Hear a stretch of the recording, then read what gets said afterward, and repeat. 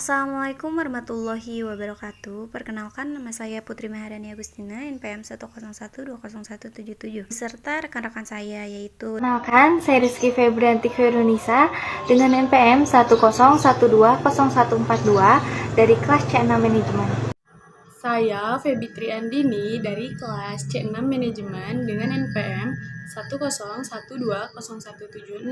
Perkenalkan, nama saya Rina Agustina Cahyani, NPM 101501514, kelas C6 Manajemen.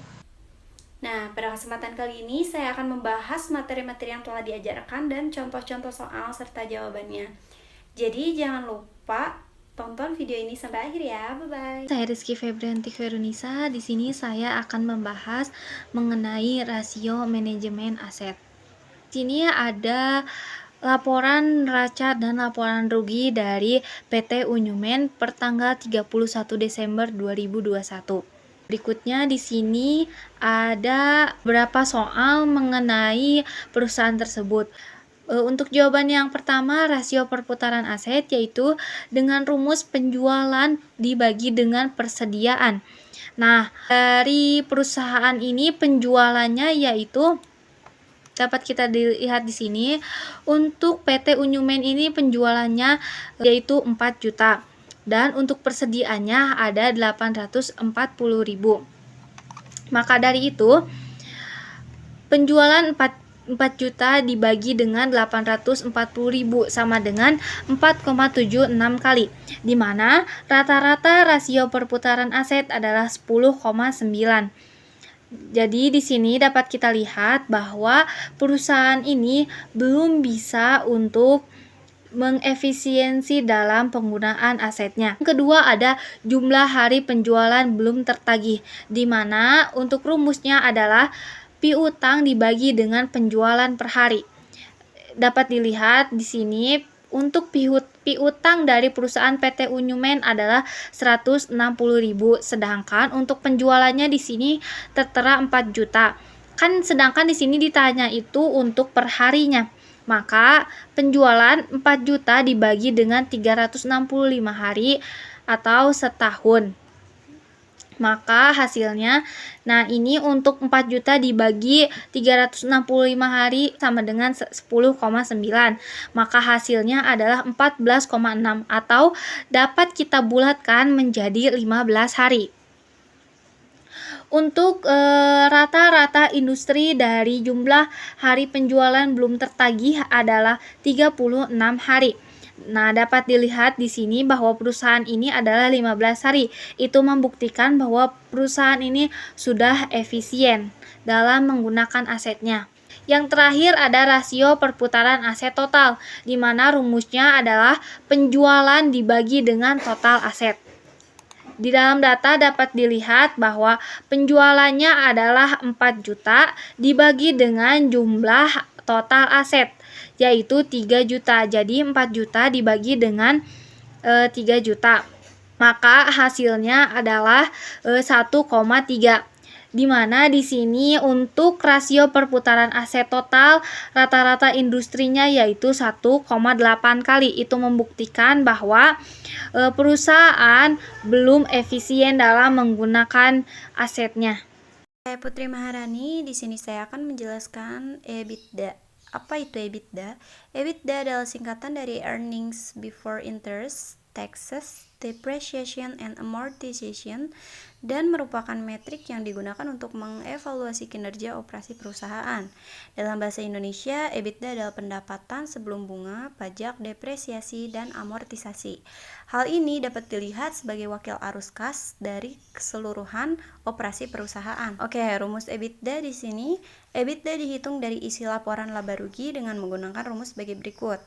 EBITDA sama dengan laba bersih plus bunga plus pajak plus depresiasi plus amortisasi. Di sini saya akan menjelaskan beberapa soal. Yang pertama yaitu PT ABC Online dengan laba operasional sebesar 500 juta. Kemudian biaya amortisasinya adalah 50 juta dan memiliki beban depresiasi sebesar 30 juta. Maka berapakah EBITDA-nya? Di sini jawabannya yaitu EBITDA sama dengan 500 juta ditambah 50 juta ditambah 30 juta. Jadi hasilnya yaitu 580 juta. Angka ini mungkin saja dimanipulasikan oleh perusahaan. Dengan begitu, profit dan keuntungan yang dimiliki perusahaan akan terlihat lebih besar dan berpengaruh pada saham perusahaan atau nilai investasi perusahaan. Oke, kita lanjut ke pertanyaan berikutnya. Perusahaan dagang 3 sekawan diketahui punya pendapatan bersih sebesar 100 juta. Harga pokok penjualan yang didapat adalah sebesar 60 juta. Dengan biaya pemasaran 5 juta dan biaya administrasi dan umum sebesar 10 juta. Perusahaan juga mempunyai utang dengan bunga sebesar 2 juta. Hitung laba kotor, biaya operasional, laba sebelum bunga, dan pajak.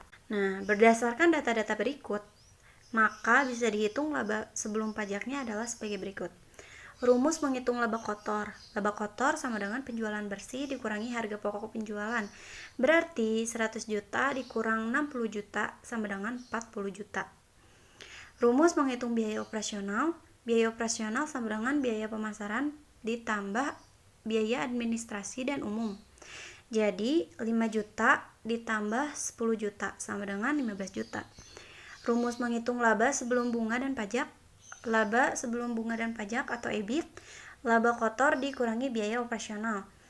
Nah, jadi sama dengan 40 juta dikurangi 15 juta sama dengan 25 juta. Rumus mendapatkan laba sebelum pajak. Laba sebelum pajak sama dengan EBIT dikurangi bunga utang.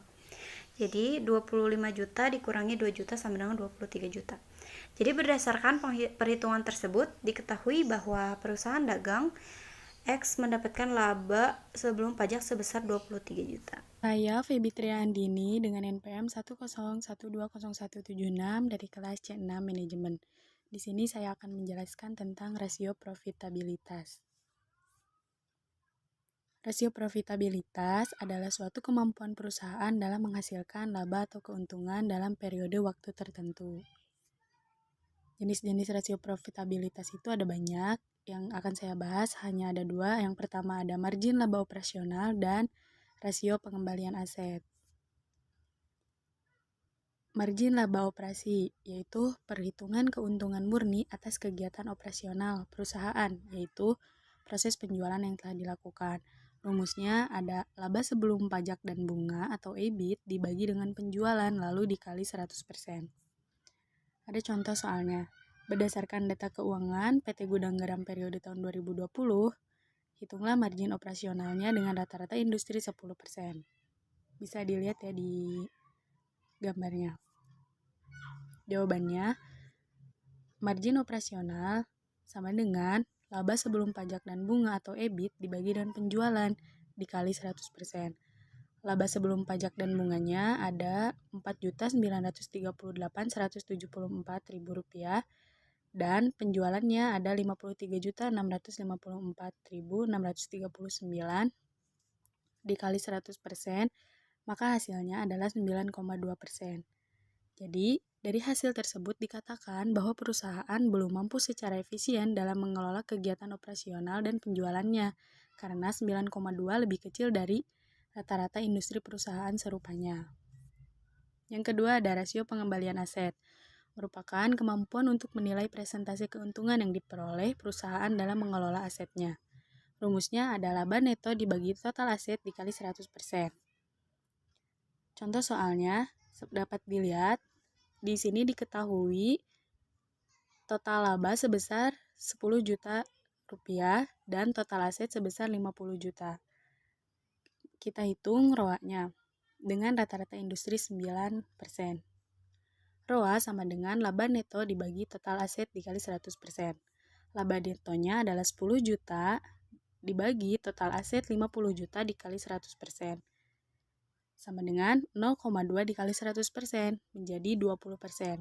Jadi, dari hasil tersebut dapat diartikan bahwa perusahaan dalam pengembalian total asetnya sudah efisien karena sudah memenuhi rata-rata industri yaitu 20%, bahkan melebihi nilai rata-rata industri pada saat itu.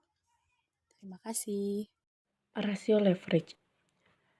Rasio leverage yaitu yang memberikan gambaran terkait cara perusahaan mendanai asetnya serta kemampuan perusahaan untuk membayar kembali utang jangka panjang. Jenis-jenis rasio leverage ada debt to asset ratio, debt to equity ratio. Debt to asset ratio, rumus debt to asset ratio yaitu debt to asset ratio sama dengan total debt dibagi total aset. Contoh tabel komponen laporan keuangan ada total aktiva, total hutang. Pada tahun 2005, total aktiva 4.200, total hutang 2.050. Pada tahun 2006, total aktiva 4.000, total hutang 1.900. Untuk tahun 2005, debt to asset ratio sama dengan 2050 dibagi 4.200 sama dengan 0,4888 yang dibulatkan menjadi 49%.